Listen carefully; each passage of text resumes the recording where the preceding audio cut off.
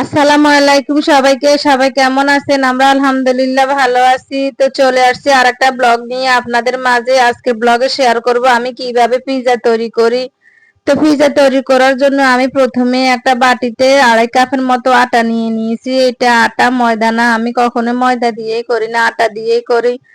তো আমি এখন এখানে দিয়ে দিয়েছি 2 টেবিল চামচ চিনি, দিয়েছি পর্যাপ্ত পরিমাণের লবণ, তারপরে দিব আমি 2 চামচের মতো ইস্ট। তারপরে আমি দিয়ে দিব এখানে দুধের গুঁড়া দিলে টেস্ট বাড়ে, দিতেই হবে। তারপরে আমি এখানে দিয়ে দিব রান্না করার তেল। তেলটা দিয়ে আমি এখন শুকনো উপকরণগুলো ভালো করে মেখে নিব হাতে, যেন সবকিছু একসাথে মিশে যায়। এতে হাতে মাখানো হয়ে গেছে। এখন আমি এতে হালকা কুসুম গরম পানি দিয়ে ভালো করে ডোটা করে নিব। একটু একটু পানি দিব, তারপরে ডো করবে একসাথে। আমি সব পানি দিব না, দিলে হয়তো নরম হয়ে যেতে পারে। আর এই ইস্ট দিয়ে ডোটা করলে আপনার প্রথমে হাতে লেগে লেগে আসবে, এটা সমস্যা না, ছেড়ে দিবে পরে। এখন আমি দিয়ে দিলাম আর একটু পানি, কারণ পানি হয় নাই। তো এভাবে পুরো আমি ডোটা করে নিব। তো আমার ডোটা করা হয়ে গেছে। এই যে দেখেন, হাতও অনেক ক্লিন হয়ে গেছে, দেখেন আস্তে আস্তে। তো এতে আমি উপরে এখন কিছু তেল ব্রাশ করে দিব, কারণ উপর দিয়ে ড্রাই হয়ে যাবে। ড্রাই হয়ে গেলে শক্ত হয়ে যাবে। তো এভাবে আমি কিছুক্ষণ উপরে নিচে তেল দিয়ে দিব, দিয়ে তারপর একটা প্লেট দিয়ে ঢাকা দিয়ে তা আমি সাইডে রেখে দিব। গরম স্থানে রাখলে আরো ভালো, ডোটা আরো বেশি সফট হয়ে ফুলে উঠবে।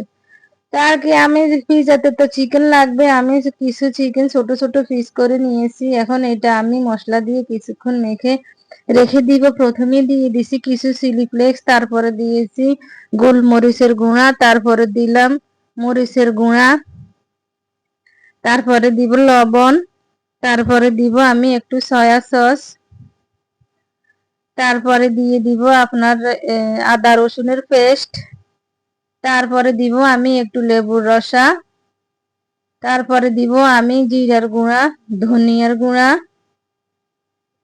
জিরার গুঁড়া ধনিয়ার গুঁড়া দেওয়ার আগে আরো একবার মেখে নিয়েছি। এখন দিব আর কি জিরার গুঁড়া আর ধনিয়ার গুঁড়া দিয়ে আরো কিছুক্ষণ মেখে নিব। মেখে আমি কিছুক্ষণ রেখে দিব।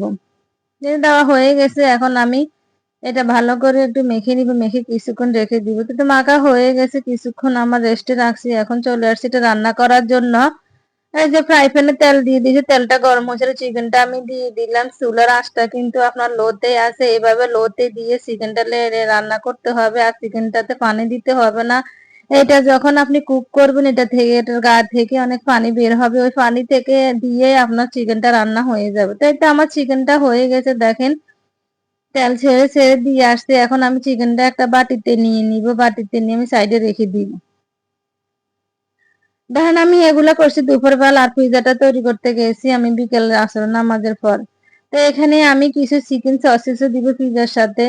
তো এখানে চিকেন সসেস গুলো আমি শেপ করে কেটে নিয়ে দিয়েছি, যে যে শেপে পারেন সেই শেপে কাটবেন। তো এই যে চিকেন সসেস গুলো আমার কাটা হয়ে গেছে। এখন আমি ওই যে চিজটা দিব পিজাতে, ওই চিজটা এখন আমি এটাকে একটা গ্রেটার দিয়ে গ্রেট করে নিব। এই যে আমি এই চিজটা ইউজ করি, মজারালা চিজটা। তো এখন আমি একটা গ্রেটার দিয়ে গ্রেট করে নিব। একটু আমি নর্মালি রাখছি, একটু নরম হয়ে গেছে, গ্রেট করতে গিয়ে গ্রেটারের মধ্যে লেগে যাচ্ছে। তার কি আমার গ্রেট করা হয়ে গেছে। এখন আমি এই যে ডোটা দেখেন, ডোটা ফুলে ডাবল হয়ে গেছে। এখন আমি এই ডোটাকে রুটি বানিয়ে নিব। রুটি বানানোর ট্রের মধ্যে নিয়ে হালকা একটু বেলে নিতে হবে।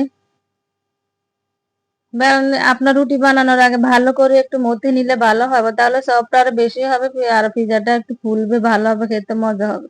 তার আগে আমি এখন একটু আটা উপরে দিয়ে ছিটিয়ে দিব, ছিটিয়ে দিয়ে তো এখন আমি রুটিটা বেলে নিব। এটা আটা ছিটিয়ে দিয়েছি, এখন আমি বেলে নিব।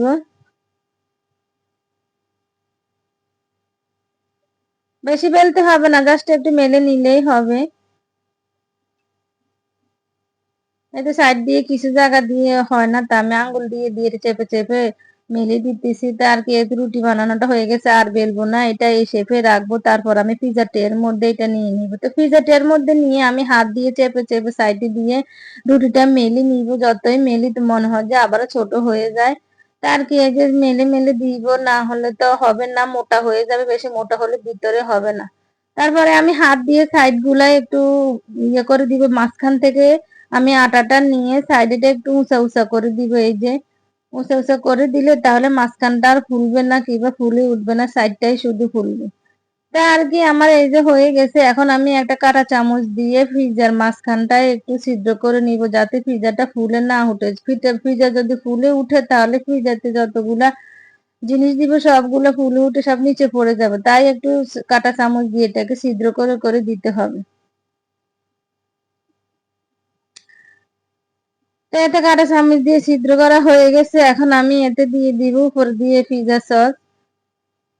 পিৎজা সসটা দিয়ে দিব। এখন আমি এই যে এই ব্র্যান্ডের পিৎজা সস ইউজ করি, আমার কোনো ঠিক নাই, আমি একবার এক ব্র্যান্ডের নিয়ে আসি পিৎজা সস। তো পিৎজা সসটা আমি ভালো করে এখন এই যে রুটির গায়ে লাগিয়ে দিব, সাইডে দিয়ে ভালো করে মেলে মেলে দিতে হবে যেন সব জায়গায় পিৎজা সসটা লেগে যায়।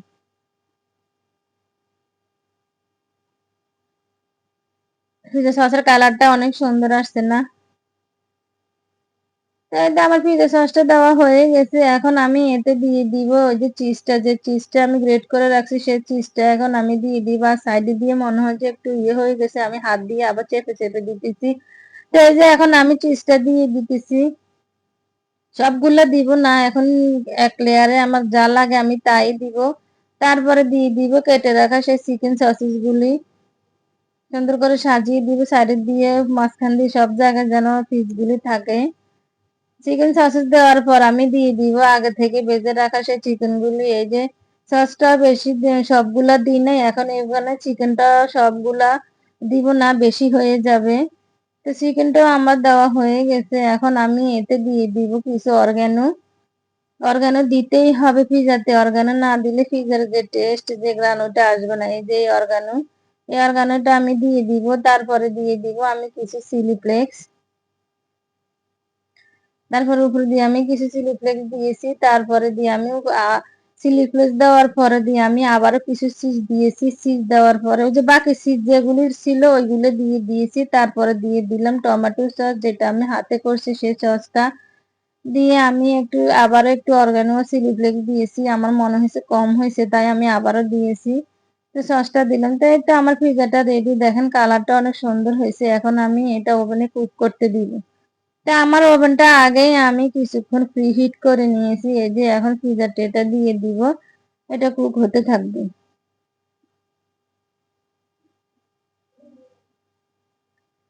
তা আর কি এই যে পিজাটা হইতে আছে, মাঝখান দিয়ে আপনাদের সাথে আরেকবার শেয়ার করি পিজাটাকে কুক হচ্ছে। যে এই যে দেখেন পিজাটা কুক হচ্ছে, প্রায় হয়ে আসছে, আর কিছুক্ষণ থাকলে হয়ে যাবে।